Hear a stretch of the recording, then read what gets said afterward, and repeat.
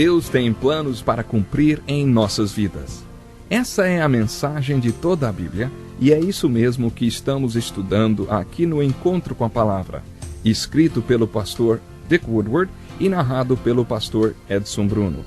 Fique atento a mais um programa que o Ministério Cooperativo Internacional leva a você.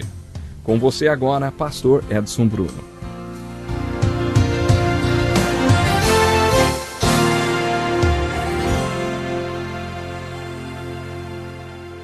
Bem-vindo a mais um programa Encontro com a Palavra, um estudo completo da Bíblia do Gênesis ao Apocalipse. Nós mal começamos a nossa pesquisa bíblica, estamos apenas no 4º capítulo do livro de Gênesis. No final do nosso último estudo, eu pedi que você procurasse encontrar aplicações da história de Caim e Abel, aplicações que pudessem ajudá-lo ou ajudar outras pessoas que estivessem lidando com os dois problemas apresentados, raiva e depressão. Martin Luther, o pai da Reforma, ou Martim Lutero, diz que os pecados, na maioria das vezes, são gêmeos, ou vêm em pares, e eu acredito que os terapeutas dirão que esses dois pecados sempre caminham juntos, como se fossem gêmeos, a raiva e a depressão. Um homem raivoso é geralmente um homem deprimido. Caim está muito furioso e muito deprimido também. Então a história diz que o Senhor aceitável, Abel, passa perto do Senhor inaceitável, Caim, que o ataca e o mata. Então Deus entra em cena e faz novamente algumas perguntas. Por que você está furioso? Por que você está deprimido? Onde está o seu irmão? O que você fez? E então especialmente essa pergunta no versículo 7. Se você fizer o que é certo, você não será aceitável? E se você não fizer o que é certo, o pecado ficará na porta do seu coração. A intenção do pecado é destruí-lo. Você deve dominá-lo. O que essa história nos diz? Acredito que essa história nos transmite uma mensagem bastante dinâmica. Você é uma pessoa furiosa? Você é uma pessoa deprimida? Quando você fica furioso, você costuma ficar deprimido? Quando você ficar zangado, por exemplo, essa é uma boa pergunta a ser feita. Por que você está zangado? Qual é a origem da sua raiva? E qual é o verdadeiro objeto da sua raiva? Geralmente a pessoa que é atacada, como Abel, não é o verdadeiro objeto da raiva. Ele apenas estava por perto. Lembro-me de ter ouvido um psicólogo cristão em um seminário para mulheres casadas. Uma mulher estava compartilhando o seu problema. O seu problema era, como ela mesma disse, meus filhos estão me deixando enfurecida. E o psicólogo perguntou, bem, quantos anos têm os seus filhos? Ela disse, 13 e 5. Ele disse, meu Deus, essa é uma tremenda responsabilidade para se colocar em duas crianças em idade pré-escolar. Ela perguntou, mas que responsabilidade? E o psicólogo respondeu, a responsabilidade pelo seu clima emocional. Ficar feliz ou triste ou furiosa depende deles. Eles a deixam furiosa? Deixe-me fazer mais uma pergunta. Essas crianças fazem essa raiva aparecer em você ou elas colocam uma raiva em você, hein? Não demorou muito para que a mãe percebesse que as crianças não estavam colocando a raiva dentro dela. Elas estavam despertando a raiva nela. A verdade era que ela provavelmente estava furiosa com o marido, mas não podia descarregar essa raiva nele. Qual é o objeto da sua raiva? Qual é a verdadeira fonte da sua raiva? Deus fez essas perguntas a Caim e também faz a nós para nos ajudar a encontrar as respostas. A raiva está na raiz de tantos conflitos. Deus fez essa pergunta. Onde está o seu irmão? Note que em Gênesis capítulo 3 a pergunta é, onde está você? Em Gênesis 4 a pergunta é, onde está o seu irmão? Acho que o que Deus estava tentando fazer Caim perceber era o seguinte, que não havia nada de errado com seu irmão Abel. Onde está o seu irmão? Ele é um cidadão firme. Ele é o Senhor aceitável, é um bom homem. Então por que você está zangado com Abel? E por que você o matou? O que você realmente fez? Qual é a dinâmica de tudo que aconteceu aqui? Acredito que o versículo 7 é a chave de toda essa história, porque é a grande solução para o problema do conflito. No fundo do conflito encontramos um homem zangado e encontramos a dinâmica de sua raiva. Mas não adianta apenas analisar a raiva para entender o porquê da raiva. Você continua zangado. O que você quer é a solução para a raiva. E aqui está a solução. Se você fizer o que é certo, será ao Senhor aceitável. Se você fizer o que é certo, será aceitável para Deus.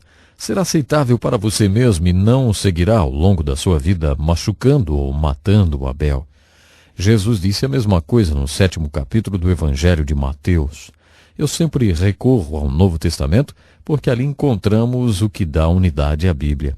Eu acredito que Jesus estava da mesma coisa falando em Mateus 7, quando ele diz: não julguem os outros para não serem julgados por Deus, porque Deus julgará vocês do mesmo modo que vocês julgarem os outros e usará com vocês a mesma medida que vocês usaram para medir os outros.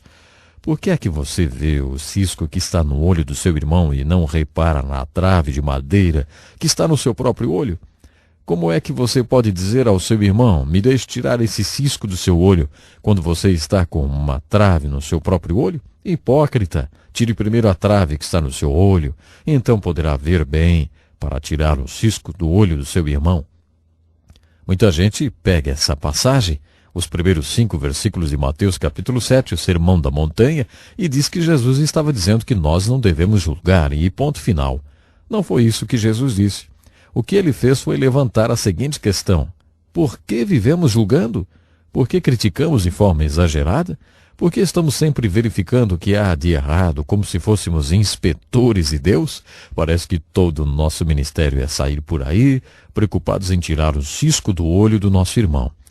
Jesus não está nos dizendo para não julgarmos. Ele diz que devemos julgar, mas antes de julgarmos nosso irmão, devemos julgar a nós mesmos. Psicólogos diriam que Caim fez uma transferência ou projeção. Com quem ele estava realmente zangado, hein?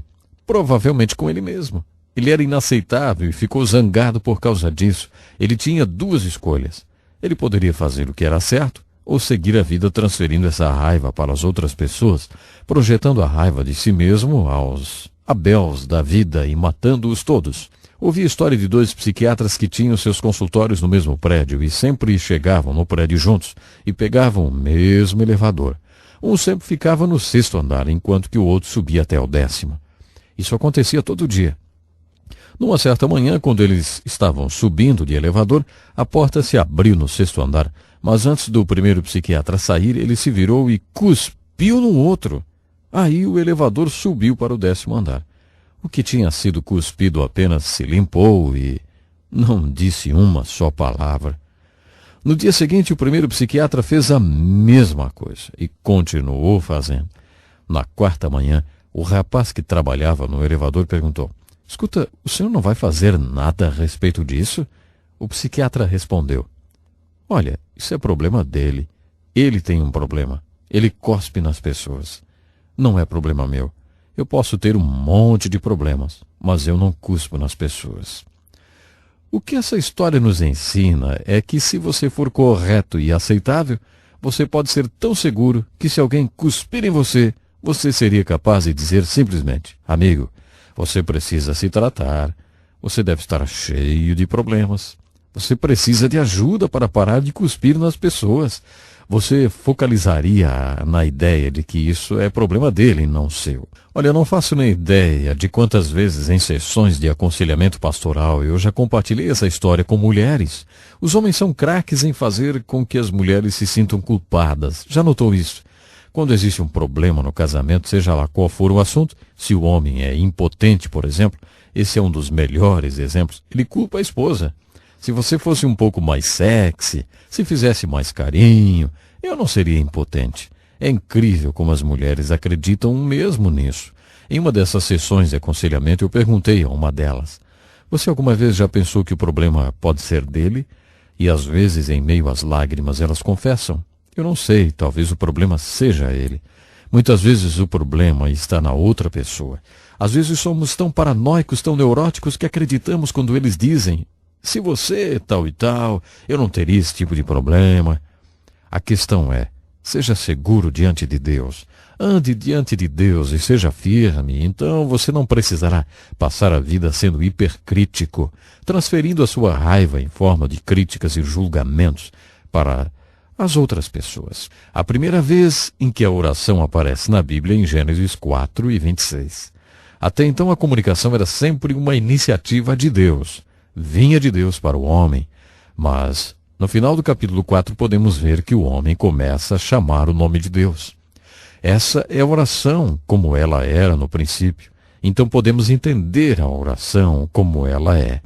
Nos capítulos 5 e 10 de Gênesis temos o que chamamos de continuidade. Há uma perspectiva histórica nas Escrituras. Para nos fornecer um contexto histórico da salvação e da vinda do nosso Salvador, Deus nos dá uma linda continuidade histórica. É por isso que encontramos a genealogia das gerações nas Escrituras. Do capítulo 6 ao 9 de Gênesis, temos o que eu chamo de catástrofe. É onde podemos encontrar alguma coisa sobre o caráter do homem e sobre o caráter de Deus. Ainda em Gênesis de 6 a 9, podemos aprender com o dilúvio sobre o caráter de Deus. Primeiro pergunte a si mesmo: Deus é pessoal? Deus é emocional? Ele sente alguma coisa? Todos acreditamos que Deus é amor e gostamos disso. Faz a gente se sentir bem, mas realmente deveríamos nos perguntar: o caráter de Deus é somente uma pluralidade de atribuições positivas? É um só atributo ou são muitos atributos? Se Deus tem a capacidade de amar, será que Ele também pode odiar?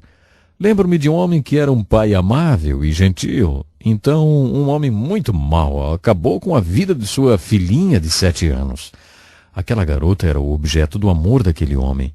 Quando o homem que havia estuprado e assassinado sua filha foi trazido para a delegacia, todos os policiais tiveram que segurar aquele pai, pois o homem estava muito furioso.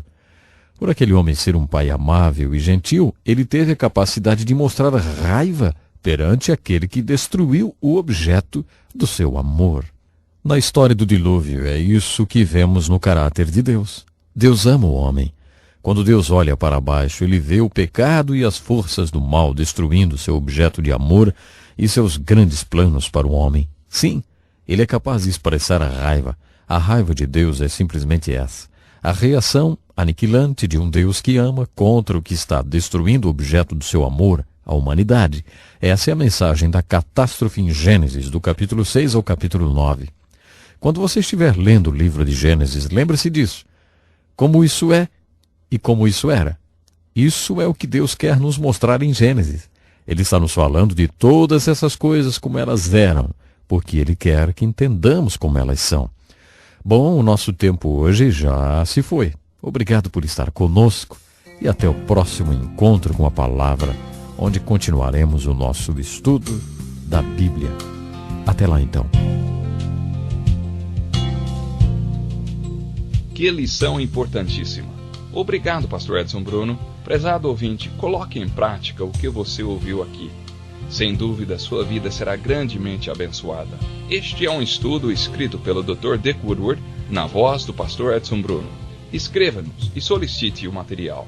Nosso endereço é Encontro com a Palavra, Caixa Postal 2011, CEP 89201-970, Joinville, Santa Catarina. Até o nosso próximo encontro com a Palavra.